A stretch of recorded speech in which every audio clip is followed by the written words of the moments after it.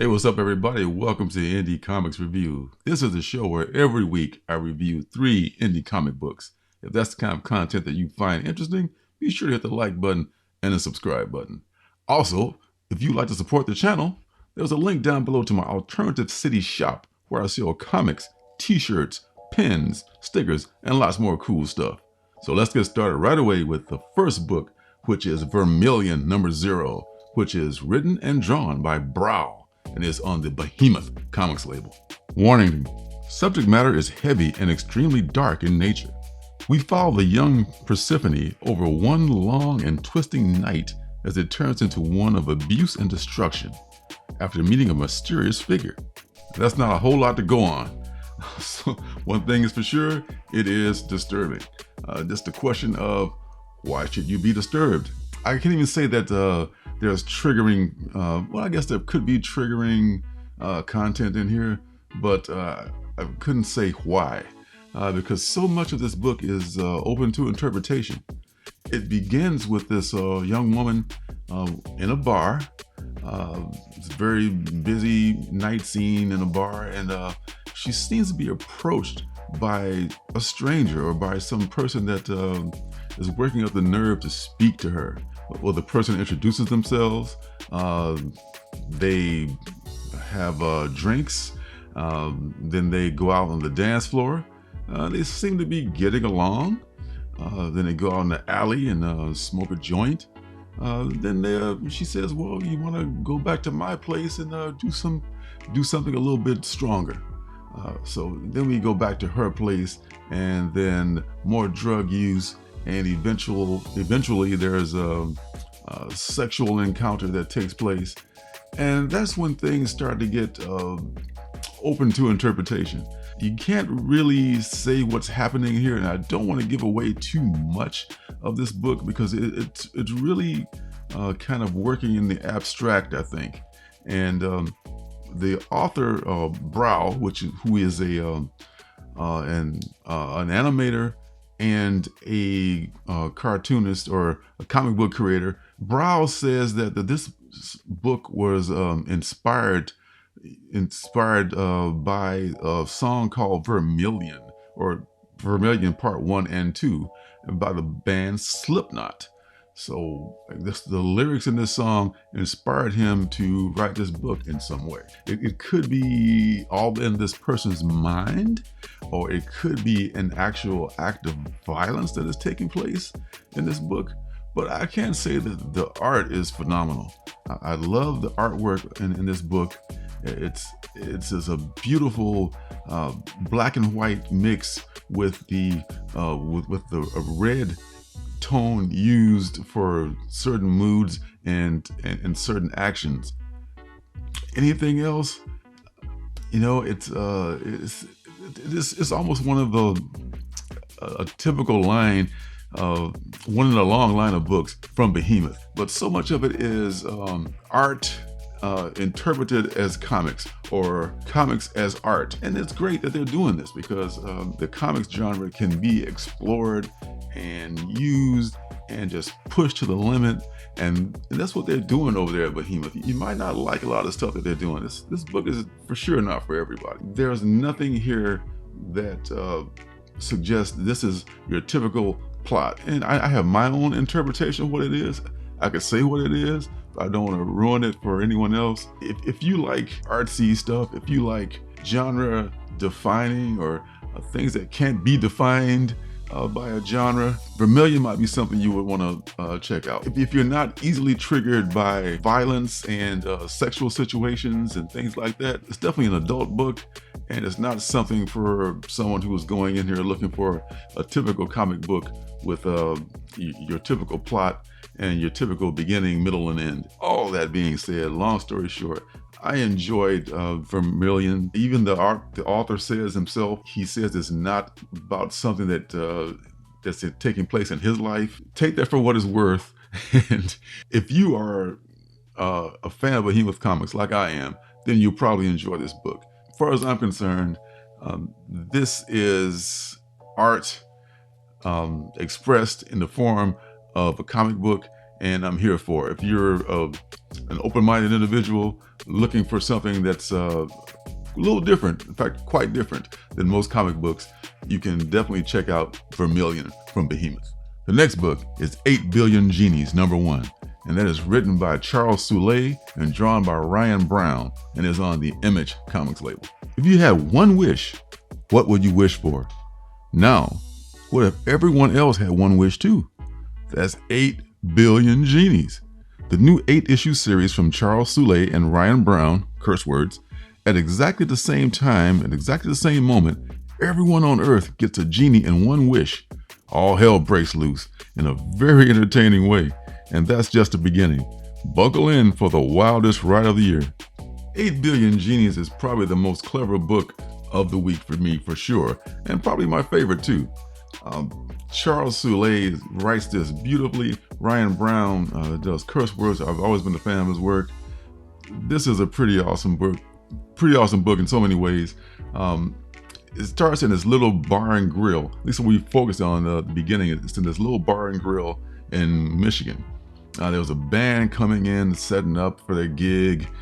There's all that going on. There's this little kid in there trying to roust his old man to take him home. His old man's drunk.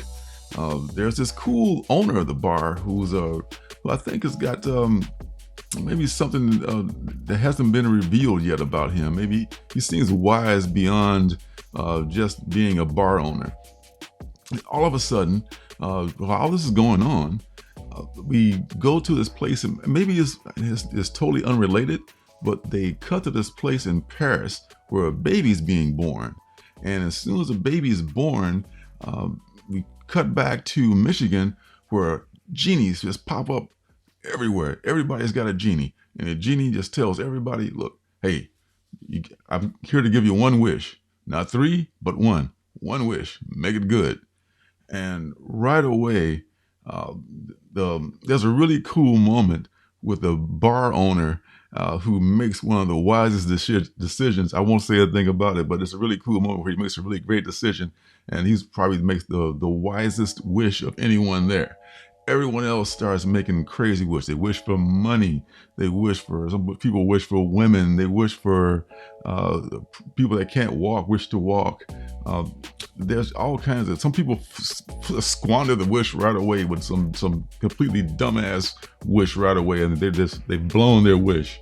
But as you can imagine, of all as 8 billion people on Earth, and there's 8 billion different possibilities of different variations of what people are going to be wishing for. It looks like it's going to be an 8-issue limited series, and each issue, the first issue here is the first 8 minutes. So it's going to be progressing on, I guess, for the first 8 hours, first 8 months, and so on. So this is something I would love to stick around for, and I think I will absolutely do that, because the writing is good, the art's great, and the concept is something I think that could really catch on. This is a really clever concept, well executed, and I look forward to how they pull this off, because there's a lot of things you could possibly think of if you had a one wish from a genie. I would think you would want to think long and hard before you squander that wish, but it's sure fun to see other people make stupid wishes. So 8 Billion Genies #1 from Image. If you want to have fun, just in a good comic book with good art and a good story, check out this book. I 100% approve. The last book is Vanity #1. It is written by Yuri Kirnev, and it is illustrated by Natalia Sarnikova. Hope I got that right. And it is on the Black Caravan Comics label. Every great legend has a beginning, and horror stories are no different. However, our tale, as it is based on a true story that begins at the very end. The legendary blood countess Elizabeth Bathory is dead, and gravediggers are assigned to relocate her corpse. But who was she really? Was she a monster or a victim? Here we witness Elizabeth's birth and childhood, and see the earliest moments of her life through her eyes. This includes her first encounter with death and blood that awakens the beast that lurks in her innocent yet twisted mind. with an introduction by Vampire the Masquerade's Mark Reinhagen. As it says in the description, there is an introduction by Mark Reinhagen, the creator of Vampire the Masquerade.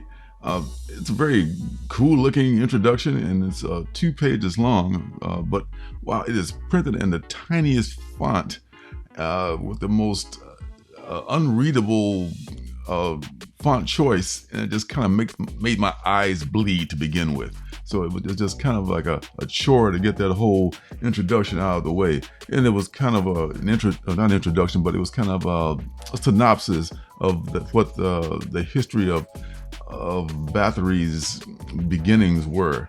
And that aside, that little history lesson in eye-straining font aside, the book is very interesting. It's not one of my favorite reads. It was almost like a history book kind of a thing. It was almost like a homework assignment that was kind of fun, based on reality, based on a historical figure. It starts at the time when she's actually her body is being dug up from a cemetery because the townsfolk they just didn't want her to be buried in that cemetery. And with the gravediggers having their conversation about who it is and so forth, and all of a sudden we go from them to her birth. She was born into this family, this nobleman's family. The nobleman, of course, in typical barbaric medieval logic, is just pretty much disgusted when it's a girl and not a boy. He kind of like just says almost like throw it back and bring me a boy. So she, from the start, she was already unwanted in many ways. She's trained to be a lady in all the ways that they trained women back in those days to basically be this role model that the patriarchy demands that they become. So at some point in her life, in her training to become a proper lady of the times, her father and mother decide that they must marry her off to this other noble family so they can become the most powerful family in the kingdom. And that's what marriages were all about in those days. They were basically contracts between families to increase their power and their fortune.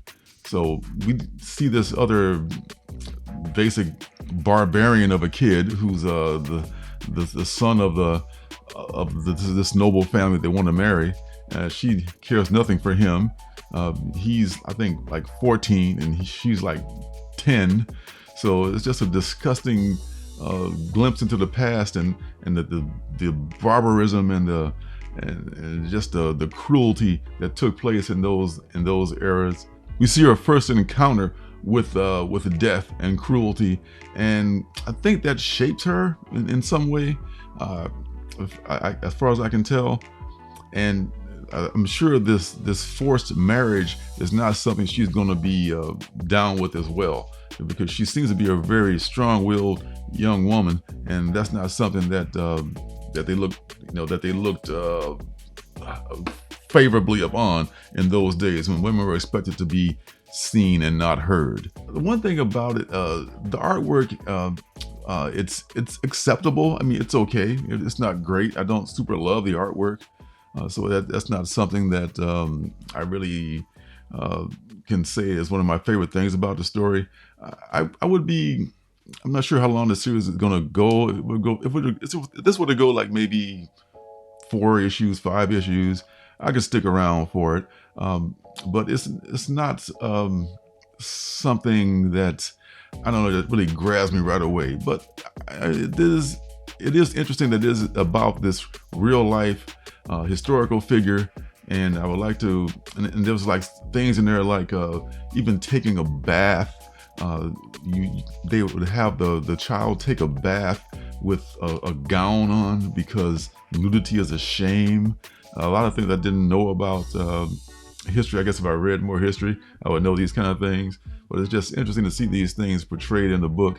And the book is very faithful to the historical facts, as far as I can tell. I could probably just research and find more about it. I could read that 2-page introduction again if my eyes could stand it, and I'd find out more about the actual historical character.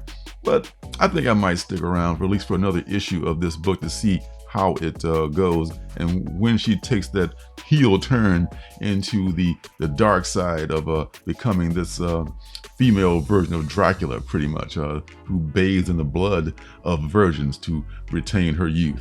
I guess I could say I don't highly recommend it, but I do like the book, and I'll probably check it out again. So that comes across as a kind of a milquetoast endorsement. What could I tell you? That's just the way I felt about it. I just couldn't get past that introduction, which kind of like left my eyesight begging for rest, I guess. Black Caravan makes really good books, and I'll give this book another shot. So that being said, that's it for this Indie Comics review. Next week I'll probably definitely for sure have an Artist Alley book because I haven't had one in the last couple of weeks, and I'll be doing 3 more comics from the mainstream indie universe as well. So thanks for stopping by. Be sure to hit the like button and the subscribe button and turn notifications on so you know when I'm making my next video. So until next time, I'll see you guys in the funny papers. Hey, don't forget to subscribe and leave a thumbs up.